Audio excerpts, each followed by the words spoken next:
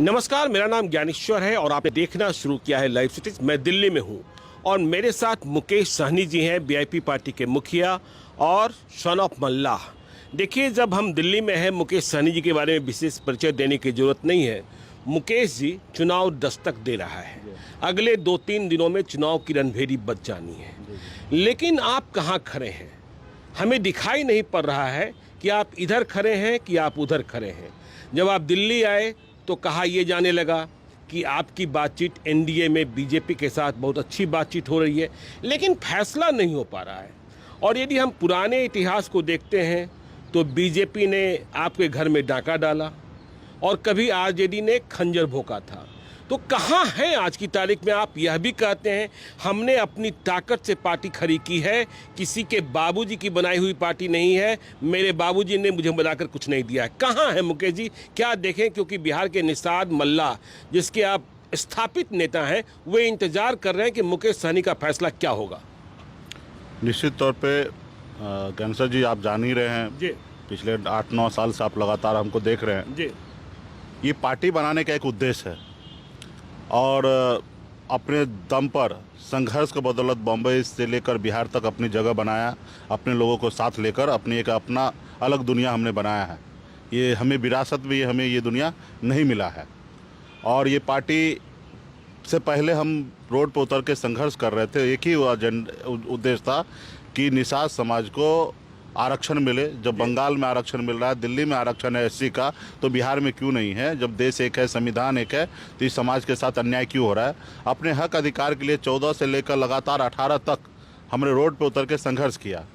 उसके बाद लगा कि नहीं, अभी रोड के साथ साथ आप राजनीति में आकर अपनी बात को जो किसी को कह रहे हैं करने के लिए, वो काम खुद भी कर सकते हैं। उस जगह पे पहुंचने की आवश्यकता है और उस जगह पे पहुंचने के लिए वोट की आवश्यकता पड़ता है और वोट हमारे पास है। हमने 2018 में पार्टी बनाया, हमने 19 में चुनाव लड़ा, 20 में हमने चुनाव लड़ा और पूरे बिहार को पता है कि हमने किस तरीके से संघर्ष करके अपनी एक दुनिया बनाया है। तो ये पार्टी बनाने का एक ही उद्देश्य है कि समाज का भला हो जी। हमारे लोग जो गरीबी के कारण, इलाज का अभाव में बच्चे मर रहे हैं, उनके लिए बेहतर व्यवस्था हो। हमारे बच्चे पढ़ाई लिखाई नहीं कर पा रहा, उनके लिए व्यवस्था हो। अपनी ज़िंदगी को बेहतर बनाने के लिए उद्देश्य से हम राजनीति में नहीं आए। नहीं, अपनी ज़िंदगी को बेहतर बनाना होता तो आपने तो मुंबई छोड़ ही दिया ना। और लगता है पिछले 8-9 वर्षों में आपने कितना बहाया है और मुंबई में कुछ बचा भी कि नहीं बचा, सब कुछ झोंक दिया समाज के लिए। निश्चित तौर पे बहुत मेहनत करके बहुत कुछ बनाया, उसमें बहुत बड़ा हिस्सा हमने निश्चित तौर पे समाज के हित में हमने लगा दिया है। और बॉम्बे का ऐशोआराम जिंदगी को छोड़कर आज पिछले 8-9 सालों से लगातार समाज के बीच में हम लोग खड़े हैं। तो ये सब चीज़ का कोई परवाह नहीं है कि कितना बह गया, कितना बचा है कि नहीं बचा है। समाज का प्यार, समाज का सहयोग मिल रहा, वही काफ़ी है हमारे लिए। और अपने लोगों के हक अधिकार के लिए लड़ाई लड़ने के लिए मैं उतरा हूँ। मैं चाहता तो 2016 में ही राज्यसभा बन के और देश की राजनीति में मजबूत से खड़ा रहता। अच्छा, 2016 में ही राज्यसभा पहुंच जाते हैं? 2016 में ही लोगों ने हम राज्यसभा भेजने का कोशिश कर रहा था। आपको भी पता, 2015 में ही जो आज देश के सबसे बड़ा नेता है, उनके साथ 48 गो रैली मैंने उससे 2015 में किया था। तो ये सारे चीज़ों को छोड़कर आपने देखा, बिहार में मैं मंत्री बन गया था, अब 4 विधायक था, लेकिन अपने लिए नहीं, अपने समाज के अधिकार के लिए लड़ाई लड़ रहा था। बिहार से लेकर उत्तर प्रदेश तक की पार्टी मजबूत होगा और हमारी बात दिल्ली सुने, इसके लिए आरक्षण के लिए लड़ाई लड़ते रहा। और योगी जी हो या माननीय प्रधानमंत्री मोदी जी हो, उनसे हम टकरा गए। नहीं, टकरा तो आप गए, लेकिन देखिए, जब हम चुनाव की दहलीज पर हैं, रणभेरी बजने वाला है, तो ऐसे वक्त में जब गठबंधन की बात होती है तो लोग सीटों की संख्या की बात कर रहे हैं कि भाई हमें बीजेपी कितनी सीटें देगी या फिर इंडिया ब्लॉक में कितनी सीटें प्राप्त होगी। इस समय में भी आप निषाद आरक्षण की बात कर रहे हैं, पहले सीटों की बात कर लीजिए ना। आप सीटें कितनी मांग रहे हैं, मिल रहा है कि नहीं मिल रहा है? निषाद आरक्षण की बात तो आगे भी आप करते रहेंगे। ज्ञानेश्वर जी, सीट मायने नहीं रखता है, पावर मायने नहीं रखता है। अच्छा। समाज के हित में के लिए हमने बिहार सरकार में मंत्री थे ना, कुर्सी पे लात मार दिया। हमें वो कुर्सी नहीं चाहिए जिस कुर्सी पे बैठ कर अपने समाज के हक अधिकार नहीं दिला सकते। तो आज भी सीट मेरे लिए मायने नहीं रखता है। मेरे लिए आज भी मायने रखता है कि निषाद का आरक्षण जो हमारा एजेंडा है उसको अडॉप्ट करे। दो धारा है देश में, एक एनडीए एक धारा है और एक इंडिया धारा है। इस 2 धारा में जिनको बिहार में निषाद समाज का वोट चाहिए, वो उनका निषाद समाज का एजेंडा को अडॉप्ट करना पड़ेगा, सबसे पहली बात है। अच्छा, मतलब आरक्षण की बात करनी होगी। पहले आरक्षण की बात करना पड़ेगा कि भाई हमारे लोगों को वोट लेते हैं और हमारे वोट से आप देश में पावर में आते हैं, तो क्या हमारी जो लड़ाई है उसको अंजाम देंगे कि नहीं देंगे। जो उस पर सहमति देंगे हम उनके साथ जाएंगे। रहा सवाल है कि सीट कम ज़्यादा मेरे लिए कोई मायने नहीं रखता। हम पावर के लिए सिर्फ नहीं आए, हमारे समस्या दूर होना चाहिए इसके लिए आए हैं। तो निश्चित तौर पे दो धारा है। तो आरक्षण की बात नहीं हुई तो फिर आप लात मारेंगे जैसे मंत्री पद की लात मारे थे? निश्चित तौर पे बगैर आरक्षण के बात की हुई हम किसी से समझौता नहीं करेंगे और संघर्ष करेंगे, लड़ाई लड़ेंगे। आपने देखा कि बिहार में किसी को बताने की जरूरी नहीं है। जब बिहार के करोड़ों निषाद का बेटा ने हाथ में गंगा जल लेके संकल्प ले लिया कि मैं अपने आने वाले बच्चे के भविष्य के लिए लड़ाई लड़ूंगा, अपने नेता, अपने पार्टी, अपने दल के साथ खड़ा रहूंगा, तो फिर मुझे किसी के सामने झुकने की क्या आवश्यकता है? जब हमारे लोग हमारे साथ है, अगर किसी को निषाद का वोट चाहिए तो उनके लिए उनको प्रयास करने की आवश्यकता है। हम तो हमारे पास वोट है, हमने दिखा दिया है। एक बार नहीं, दो बार नहीं, तीन बार हमने अपने अग्नि परीक्षा देकर हमने दिखा दिया।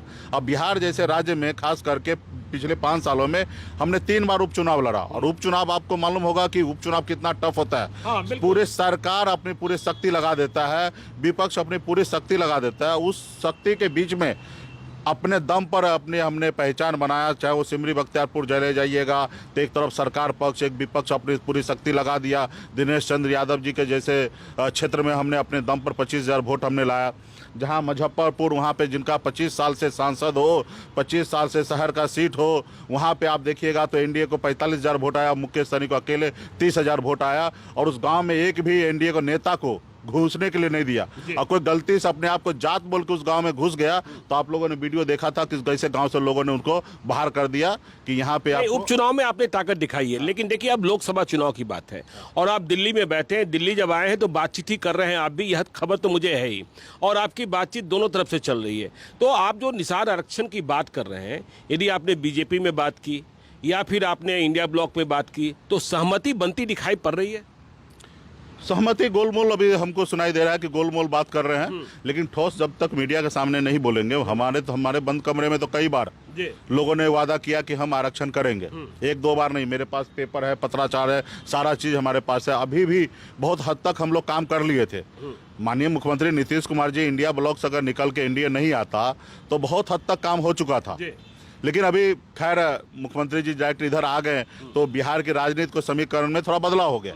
लेकिन तो भी इतना बड़ा भी बदलाव नहीं आया कि मुकेश सहनी और निषाद समाज को कोई इग्नोर कर सकता है। अच्छा, मुकेश सहनी और निषाद समाज को इग्नोर कर बिहार नहीं जीता जा सकता है? नहीं जीता जा सकता। चैलेंज हम करते हैं। हम तो है ही ना, हम तो रहेंगे। इलेक्शन के बाद भी हम आपसे कभी भी 1-to-1 करेंगे। बिहार में जिनके साथ हम जाएंगे उनको दर्जनों सीट का फायदा पहुंचाएंगे। यूपी, बिहार, झारखंड में। नहीं, आप लोकसभा की बात कर रहे हैं? लोकसभा की बात कर रहे हैं। हाँ, तो निश्चित तौर पे जब अगर लोग नोटिस नहीं लेता, लोग हमारे बात को नहीं मानता, तो निश्चित तौर पे उनके हराने के लिए हम बात करेंगे जी। और अगर दोस्त बनना चाहता तो हमारे एजेंडा को अडॉप्ट करे।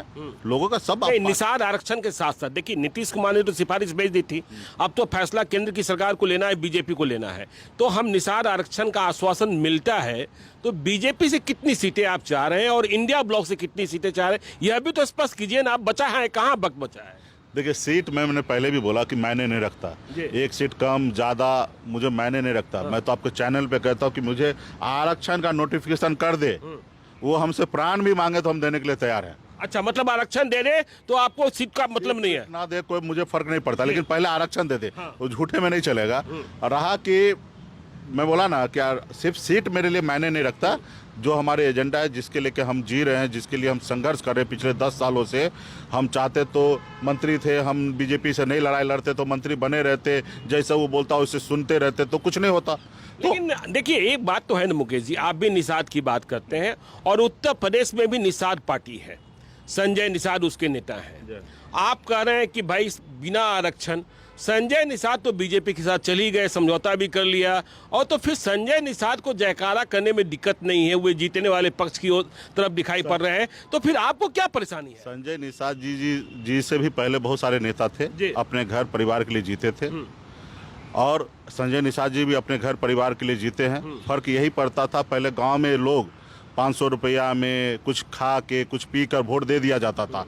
अब वही काम डॉक्टर संजय कर रहा, बल्क में बेच रहा है। अच्छा, वोट को बेच रहा है? वोट को बेच रहा है कि उनको बेटा को एगो टिकट मिल जाए, बीजेपी से सांसद बन जाए, बाकी बिहार उत्तर प्रदेश के तमाम निषाद का बेटा भले दलदल में चले जाए, उसको उससे फिक्र नहीं है। तो वही काम कर रहा है। देखे ना, अपने एक टिकट पे समझौता कर लिया और एक टिकट लेकर वो अपने बेटा को सांसद बना लिया और फिर मजा करेंगे, मौज करेंगे। और बाकी समाज के लोगों ने जिसको डॉक्टर संजय निषाद बनाया उनके बारे में सोच नहीं रहे। तो जो काम उन्होंने किया वो काम हम नहीं कर सकते। जो संजय निषाद ने किया वो काम मुकेश सहनी नहीं करते हैं। जहर खा लेंगे लेकिन ये काम तो जिंदगी में कभी नहीं करेंगे कि अपने स्वार्थ के लिए, अपने फायदे के लिए किसी भी पॉलिटिकल पार्टी से समझौता कर लेंगे। अपने लाभ के लिए, अपने बीवी बच्चे के लिए, अपने भाई के लिए, अपने लोगों के लिए लाभ नहीं। हमारे लिए हमारी पार्टी जो है सर्वोपरि है। और उससे भी बड़ी बात सर्वोपरि है कि हमारा समाज, क्योंकि हम समाज के लड़ाई लड़ने के उद्देश्य से ही पार्टी बनाए। उसके बाद जब पार्टी बन गया तो हर जाति धर्म पार्टी में आज है, और पार्टी जो प्रक्रिया से चलता उस प्रक्रिया से हम चला रहे हैं, उसमें कोई भेदभाव नहीं है, ठीक है। लेकिन पार्टी बनाने का जो उद्देश्य था तो वही तरीके से हम अपने घर परिवार को सेट करने के लिए राजनीति में नहीं आए। आज अंतिम समय है, लोग चाहेगा कि अपना घरों कम से कम बचा ले, अपने लिए भी बच जाए, कम से कम अपना सिर्फ सुरक्षा। संजय निषाद ने तो बचा लिया, आप तैयार नहीं? हमें नहीं चाहिए, हमें नहीं चाहिए, हमें चाहिए ही नहीं। चलिए देखिए अगला सवाल, देखिए थोड़ा कठिन सवाल है मुकेश जी। हम लोग बैठे हैं रायसीना हिल्स में दिल्ली में, और सीटों के तालमेल की बात चल, बैठने का औकात आज से नहीं 10 साल से है। हाँ नहीं, वो तो मैं देख रहा हूँ, वो आपका पिन कोड बना हुआ है, ठीक है। लेकिन एक चर्चा जो इस रायसीना हिल्स में है, जहां सीटों के बंटवारे की बातचीत हो रही कि मुकेश सहनी की शर्त बहुत कड़ी है। आरक्षण की बात तो है ही, इसके अलावा वे एनडीए में कह रहे हैं बीजेपी को चिराग पासवान से कम नहीं, और उधर इंडिया ब्लॉक में कह रहे हैं कांग्रेस से कम नहीं, क्योंकि हमारी ताकत इन दोनों से कम नहीं है। क्या ये सही है? नहीं देखिए, ये मुझे नहीं मालूम है, इतना पता है चर्चा तो ये है। हाँ, चर्चा होगा। और लोग कभी कभी क्या है कि सामने वाले को कोट करके एक दूसरे को लड़ाने का भी कोशिश करते हैं। हम ना चिराग पासवान जी के बारे में बोल रहे हैं, ना राहुल गांधी जी के बारे में बोल रहे हैं। राहुल गांधी जी देश के बहुत बड़े नेता हैं, उनकी बड़ी पार्टी है। चिराग पासवान जी के पिताजी का बड़ा नाम रहा है, उन्हीं के बनाई हुई पार्टी है। हम उन लोग से नहीं हम बात करेंगे। हमने बीच में उपचुनाव लड़ा है बिहार में, 5-6 उपचुनाव हुआ है, 3 उपचुनाव हमने लड़ा है। चुनाव आयोग के वेबसाइट पे वोट है, किसको कितना वोट आता है उपचुनाव में।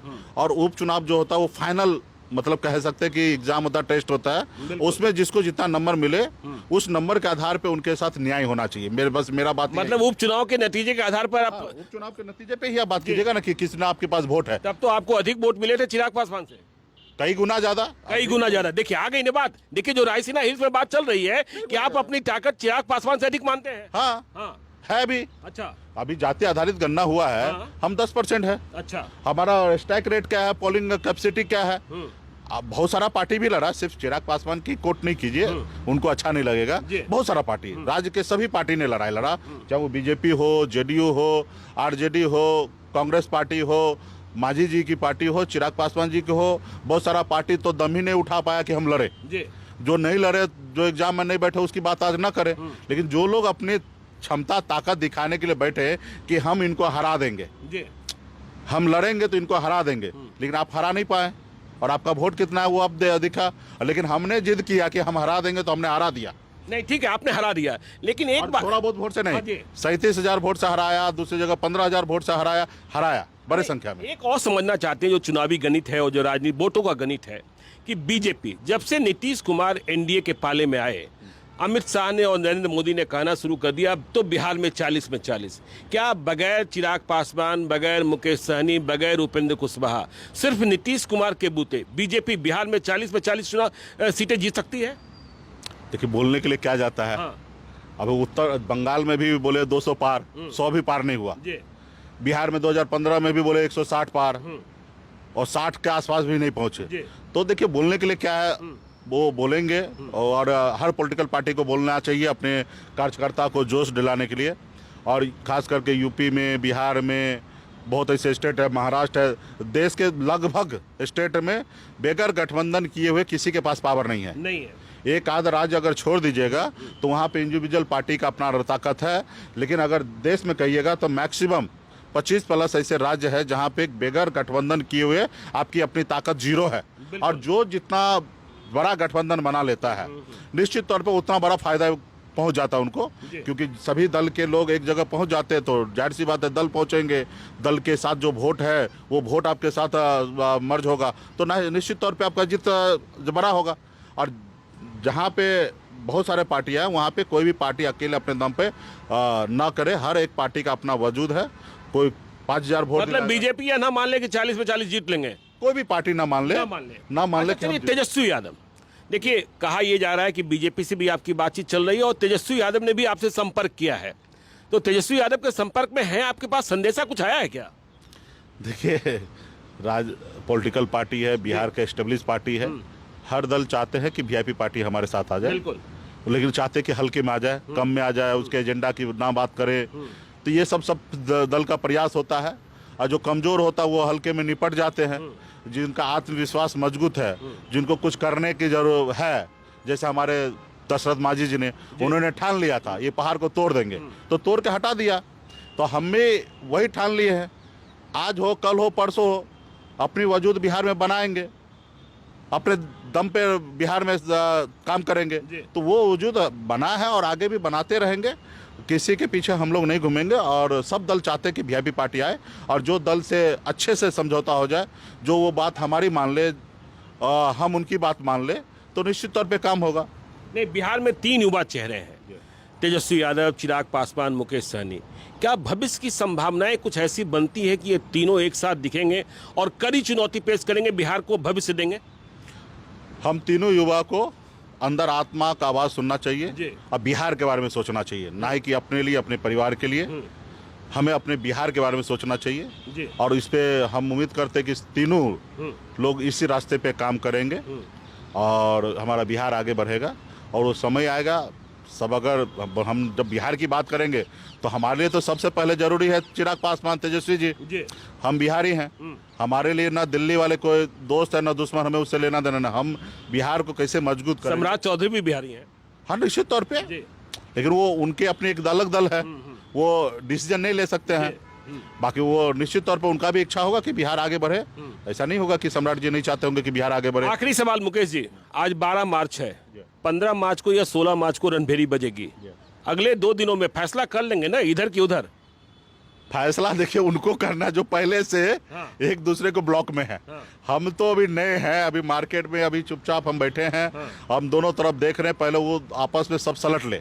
और हमारी इंटरनल तो कह सकते कि बात तो वगैरह सब ऑलमोस्ट बहुत हद तक आगे बढ़ चुका है, और जल्दी क्लियर हो जाएगा और हम जल्दी निर्णय ले लेंगे। चलिए, तो देखिए मुकेश सहनी कह रहे हैं कि जल्दी क्लियर हो जाएगा, निर्णय कर लेंगे, और कह रहे हैं आरक्षण के लिए लात मार देंगे और संजय निषाद की तरह नहीं करेंगे। जहर पीना मंजूर है, लेकिन परिवार के लिए, समाज को कुर्बान कर देना मंजूर नहीं है। तो ये थे मुकेश सहनी। आगे भी हम राजनीतिक चर्चा करते रहेंगे मुकेश जी के साथ।